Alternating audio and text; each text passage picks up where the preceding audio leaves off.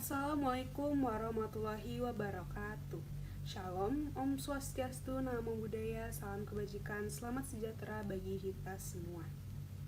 Selamat siang rekan-rekan yang saya hormati, saya Guide Safin Kalmira, dan saya berterima kasih karena telah meluangkan waktu untuk hadir dalam pertemuan kali ini. Di tengah pesatnya perkembangan teknologi informasi, perlindungan data pribadi menjadi isu yang semakin penting. Apakah rekan-rekan pernah mengalami yang namanya kebocoran data pribadi? Setiap hari kita sebagai pengguna digital memberikan berbagai informasi pribadi ke dalam platform. Namun di balik hal tersebut kita juga menghadapi resiko kebocoran data pribadi. Di Indonesia telah tercatat lebih dari 100 kasus dugaan pelanggaran perlindungan data pribadi.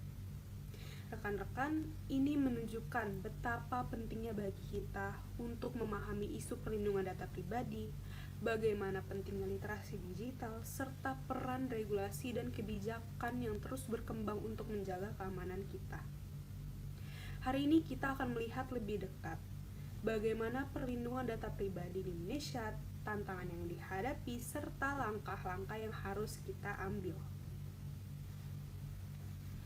Kementerian Kominfo menangani 124 kasus dugaan pelanggaran perlindungan data pribadi dari tahun 2019 hingga 2024 Mei kemarin, dengan 111 kasus yang diantaranya berupa kebocoran data pribadi.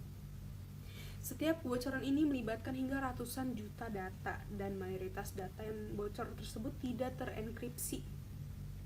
Lalu mulai Oktober 2024 kemarin, sanksi untuk pelanggaran Undang-Undang Perlindungan Data Pribadi akan diberlakukan meskipun tidak ada denda untuk kebocoran data yang terjadi sebelum undang-undang disahkan. Bayangkan, sanksi baru diberlakukan Oktober kemarin, sedangkan kasus pelanggaran ini sudah terjadi begitu banyaknya.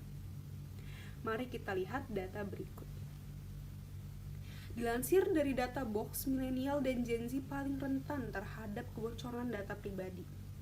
Kasus penyalahgunaan data pribadi di Indonesia semakin marak. Sebaliknya, generasi yang lebih tua cenderung berhati-hati. Kira-kira apa sih faktor penyebab terjadinya kebocoran data?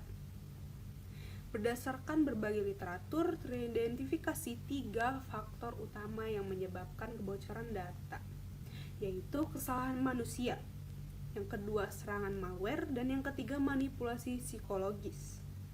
Yang pertama, kesalahan manusia. Kebiasaan manusia yang sering mencari aplikasi bajakan kadang memaksa kita untuk dengan sukarela memasukkan data pribadi. Tanpa kita sadari, ini menjadi kebiasaan yang kita lakukan. Yang kedua, serangan malware. Malware adalah perangkat lunak yang dirancang untuk merusak dan menyusup ke dalam sistem komputer. Yang ketiga, manipulasi psikologis. Manipulasi ini digunakan untuk memperoleh data sensitif dengan menyamar sebagai pihak yang terpercaya.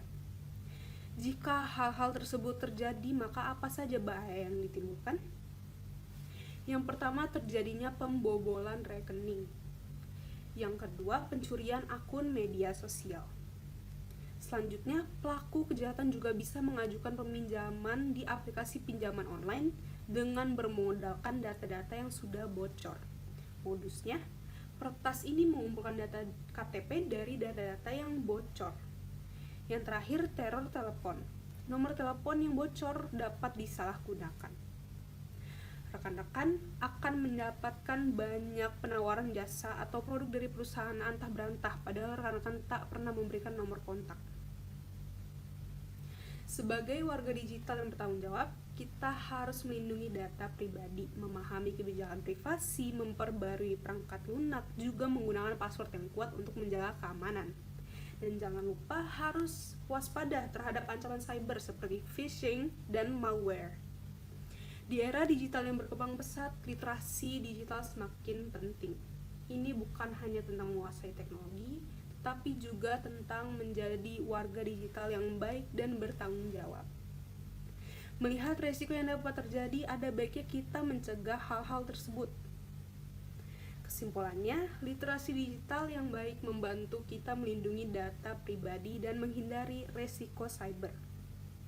Untuk itu, saya mengajak rekan-rekan untuk menjadi warga di era digital yang bertanggung jawab dengan menjaga keamanan dan mengikuti pedoman tersebut. Mungkin itu saja yang bisa saya sampaikan. Terima kasih atas perhatiannya. Wassalamualaikum warahmatullahi wabarakatuh.